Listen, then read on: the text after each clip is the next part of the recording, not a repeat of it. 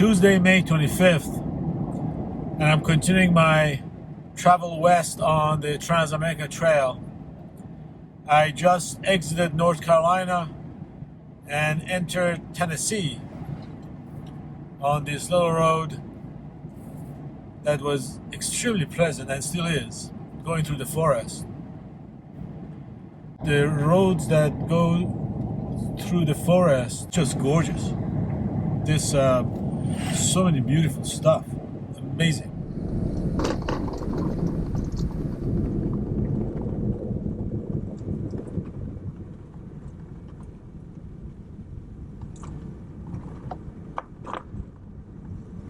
The people who were released out.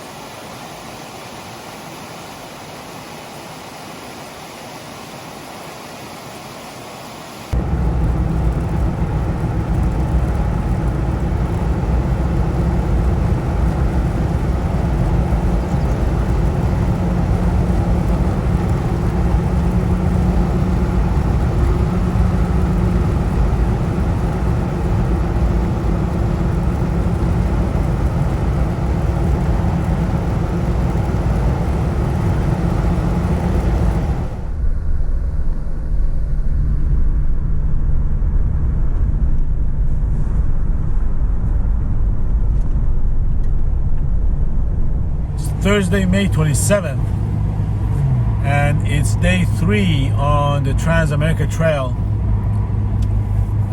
I am following it along, and I went through Pixby National Forest, which was grueling. That road, dirt road in forest, washouts and all that stuff. It was really grueling. It was both physically tiring, and I think it was hard on the Jeep as well. But so far, knock on wood, Rhonda is doing good. Yesterday I continued through Tennessee, and it's kind of meanders between Tennessee and North Carolina. Right now I'm back in North Carolina. Yesterday I was in Tennessee. The day before I was at North Carolina. There are a lot of bikers, motorcyclists on this road, and some of them are really obnoxious. I know they want to go faster than me, and whenever there's a pullout, I pull over and let them pass, and they do little beeping. But there are some of them are just, they come right behind me and start zigzagging behind me, and even if I wanted to slow down, if I slow down, they're gonna run into me. They just don't give me the opportunity to help them. They're just stupid. But a lot of them keep their distance. I come to a pullout, I pull over, they go, and they're happy. Everybody's happy. Everybody's safe. But for God's sake, don't be obnoxious, man. These winding roads are just, I can't go as fast as you can, Mr. Biker.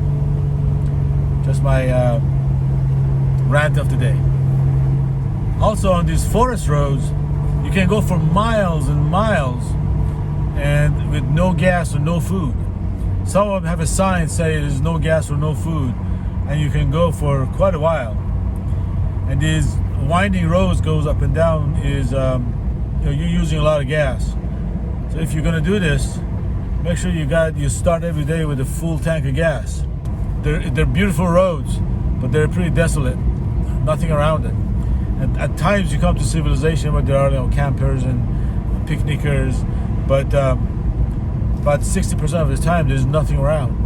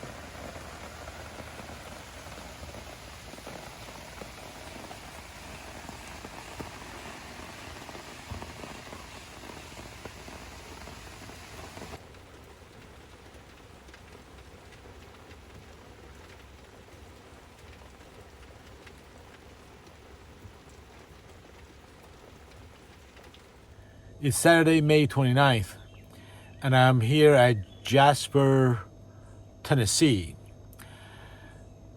I had to deviate from the Trans-America Trail for two reasons.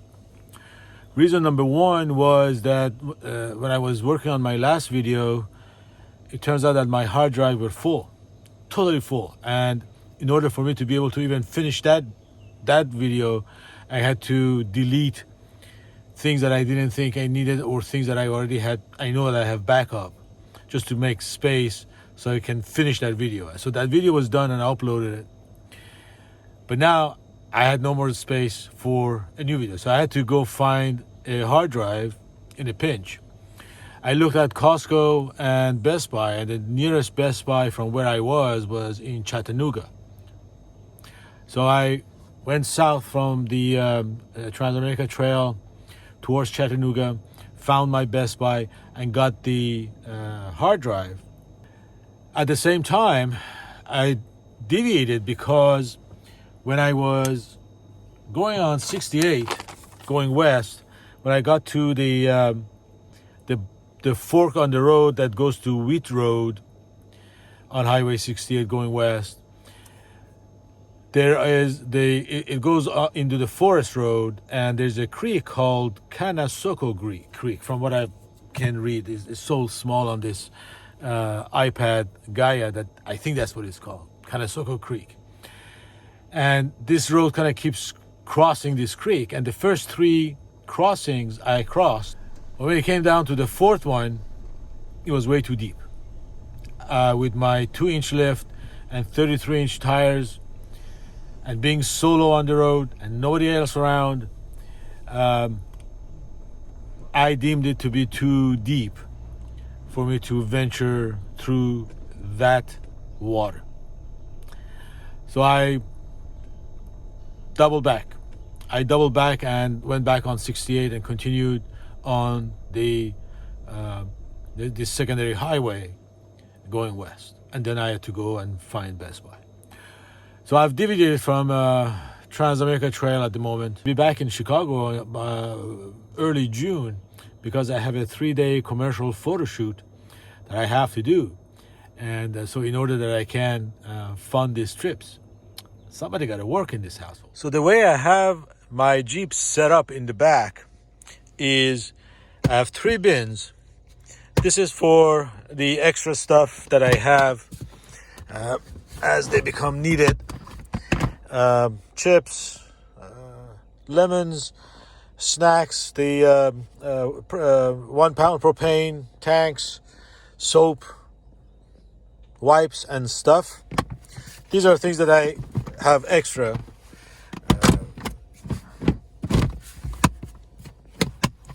On this one is the food, the canned food, apple soups, bread, and this is where the kitchen stuff are, plates, the bucket, and coffee maker and such. And this is the stove, the Camp Chef Everest stove. On top of the shelf, I built this bookshelf. It's a metallic bookshelf that I put together, these two, and I put my clothes on. And I don't know if you saw my last video about a rattle that was coming up. This damn thing was rattling. It's metal on metal, and there was like something loose. One of the joints were loose. What I did was I Velcro the heck out of it and put straps all around it. It's squeezed to death. But this is what I'm hoping to be able to change. I'm looking to build a box that of this sort where I can put my clothes and my laundry stuff and such. On this side, this is the water tank that it went bust. The company is sending me a new filter. I'm going to put it together and then put it for sale and to whoever wants it. And on this side is the fridge, which is a great fridge that has been working, which is also going to be changed with a angle a fridge that my better half has purchased for me. But this one is a Chinese version. It's a really good fridge, but I'm going to be replaced. And I'm just noticing that there's a lot of bugs in this Jeep.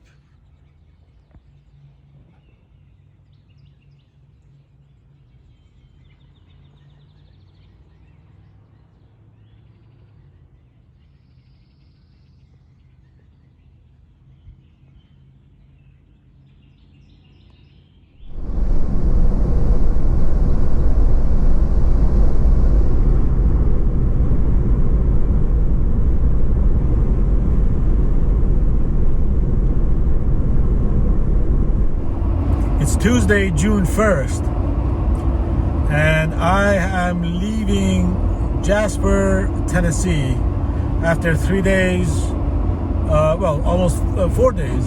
Today's the fourth day. 3.5 days of camping and spending the Memorial Day weekend at the camp. The Memorial Day caught me totally off guard.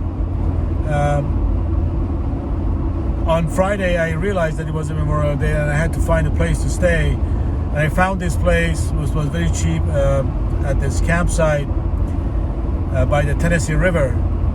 And so I got 4 nights just to be sure that I got a space to stay on this very busy Memorial Day, especially the first holiday after the pandemic where everybody was going to be out. My provisions are totally depleted. I'm on my way to Walmart to get some provisions and then get back on going north towards the Trans-America Trail and follow it as much as I can before having to head on home.